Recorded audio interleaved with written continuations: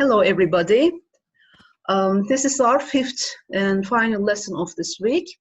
And I was talking about Rumeli and Anadolu Hisarları, Rumeli and Anadolu fortresses. And now I'm going to talk about fortress of the seven towers, yani yedi kule kalesi.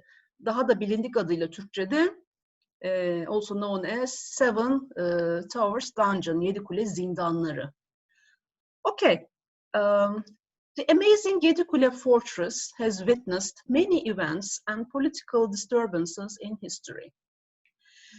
Located on the coast road leading to Bakırköy from Sarayburnu, that great structure was built as an entrance door of the city, Constantinople, for the Byzantine emperors. At the beginning, that glorious entry door, also called Golden Door, was established by Byzantine Emperor Theodosius I to be used as a triumphal arch in 412 AD. During the reign of Theodosius II, two towers were added on both sides of the door, and it combined with the city walls. Afterwards, in the period of Byzantine Emperor Cantacuzene IV, other two towers were added again next to those towers. Now there are four towers, okay? And after the conquest of Istanbul, Ottoman Sultan Mehmed II, the conqueror, turned these four towers into a closed fortress by adding three more towers. And now there are seven towers, okay? And since then, it was named as Yedikule Fortress, or a fortress of the seven towers, which is a production of Ottoman Byzantine production, yes. And today it is an admirable museum.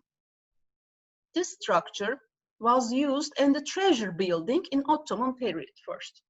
This fortress was a place where the first Ottoman state treasury, Hazine-i Hümayun, and the booties, booty savaş ganimeti demek arkadaşlar. Yani hem hazine hem de savaş ganimetlerinin tamamının bulunduğu yer. State treasury and the booties were kept here between 1458 and 1789. And it was also used as a prison, and this place is known much more like this, actually, a prison, yes.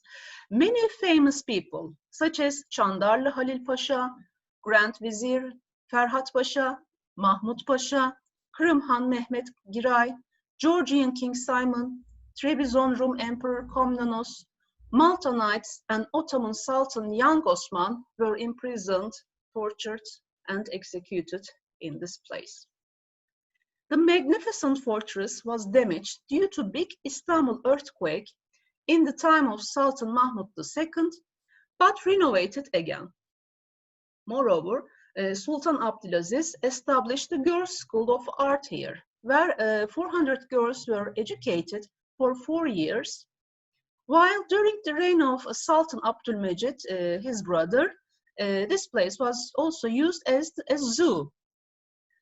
Yedikule Fortress, Seven Towers Fortress, has belonged to the Fortress Museum Directorate since 1968. Well, in this place, there is a room called torture room. There was an enormous boiler here filled with the nails in order to persecute the guilty people. Within that room, persecute, yani işkence etmek, sorgulamak gibi bir anlamı var. And the people also were executed in that scary cauldron. Cauldron kazan demek arkadaşlar. And therefore it was called torture chamber or torture room.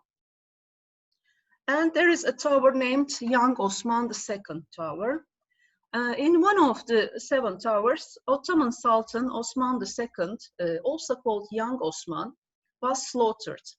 And because of that, that tower was well known as Young Osman Tower. Also, many guilty people were executed within that section. When you step into this tower, you see that there are many torture instruments, a wheel and a stake that were used for that reason, and many other things. And additionally, the walls of the section attract the visitors because many names were found on those walls carved with their bloody nails. And these names belong to those prisoners. And there is also a tower called Treasure Tower. After the conquest of Istanbul, that section was begun to be used as the first treasure chamber by Ottoman Empire, as I said earlier. Within that time, all the gold, silver, jewelry, and other precious things were kept in here. And one of the other towers is called Dungeon Tower. It's one of the two towers used as dungeon. That part was assigned for the noble people. The kings, princes, and the viziers were imprisoned within that section. And an important tower is called the Watchtower. Well, being nearest tower to Marmara Sea, the Watchtower was built in order to protect the city from any attacks coming from the sea. Yes, and that's all for the Fortress of Seven Towers or Dungeons of the Seven Towers. Yedi Kule zindanları arkadaşlar. Okay. And there are many beautiful castles in Turkey. But I'm not going to talk all about them. It will take so much time. And I'm going to just talk about a few of them, the most known, most famous ones. For example, the Red Tower in Alanya and Alanya Castle. Okay, let's take a look, okay? First of all, I would like to talk about Red Tower. They are two separate things. Red Tower is a different building and Alanya Castle is something completely different, but they are together.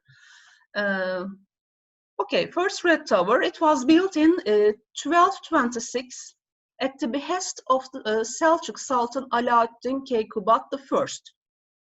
The main architect responsible for the building of this structure was Abu Ali Reha el-Ket from Aleppo.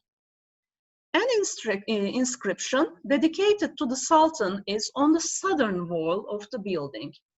It praises Alaaddin Keykubat I, and it's written as the ruler of the nations, the Sultan of sultans, the keeper of peace, the ruler of the land and two seas, and the helper of Muslims. Okay. This is the inscription on the southern wall. And the tower formed an essential element of Alanya defenses, protecting a shipyard, tersane demek biliyorsunuz shipyard, built a little later in 1227 and located nearby the tower. And Red Tower also guarded the entrance to the harbor and protected the local fortress, which I'm going to talk about in a few minutes, Alanya Castle, standing higher on the hill against attacks from the land.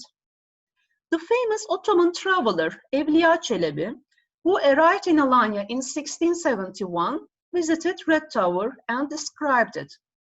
He mentioned that during the siege, it could provide shelter to 2,000 people, and during peaceful times, there was a permanent garrison stationed in the tower, consisting of its commander and 40 soldiers. For centuries, Red Tower was used solely for military purposes, but in the 20th century, it was transformed into one of the touristic attractions in Alanya. An extensive renovation to the tower was executed between 1951 and 1953, when its interior was converted into a series of exhibition halls. Red Tower is the best preserved Selçuk building in Alanya, and it's also considered to be the most important symbol of the city. Well, the tower was built of stone, bricks, and marble obtained from ancient buildings of Alanya area. The building was erected on an octagonal plan, and each of its 8 walls is 12.5 meters wide. The diameter of the building is 29 meters, and its height equals to 33 meters. The tower has 5 floors, 5 stories, and 85 stairs lead to its top. Well, despite the seemingly simple exterior, the tower's interior has a relatively complicated plan. Each floor has a different internal structure, resulting from the military needs. The top 5th floor has the form of an unroofed terrace, surrounded by a fortified wall with battlements. That design was supposed to facilitate the defense of the tower during a siege by providing some protection for archers. There is also a circular walkway that enables walking around the top floor. And that is the Red Tower. And now I would like to mention about Alanya Castle, okay? It's a lot older. When visiting Alanya, it is hard to miss these massive fortifications that dominate the skyline. This castle is really huge. The documented beginnings of the fortifications on the hill in Alanya date back to Hellenistic times, when the city was known as Kolonoros.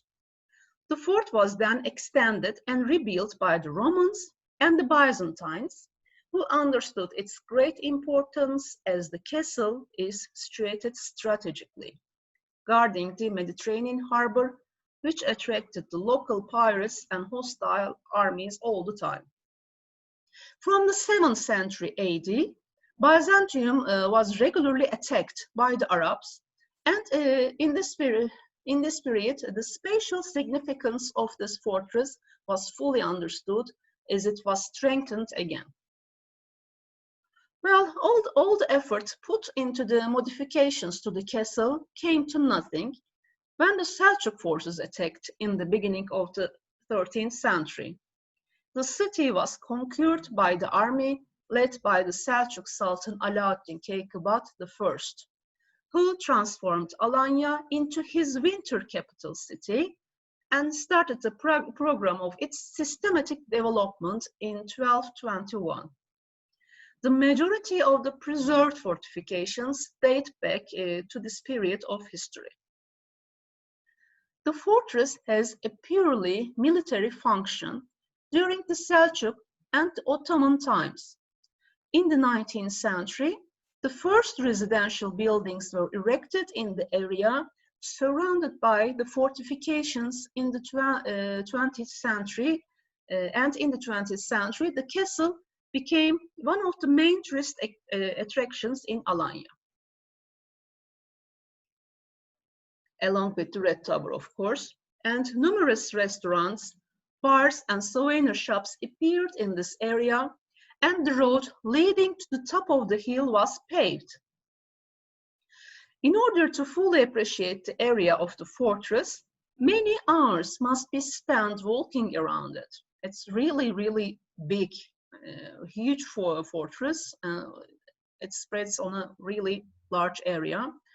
And the fortifications are situated on a peninsula, surrounded on 3 sides by the water of the Mediterranean Sea. The highest point of the hill is about 250 meters above the sea level.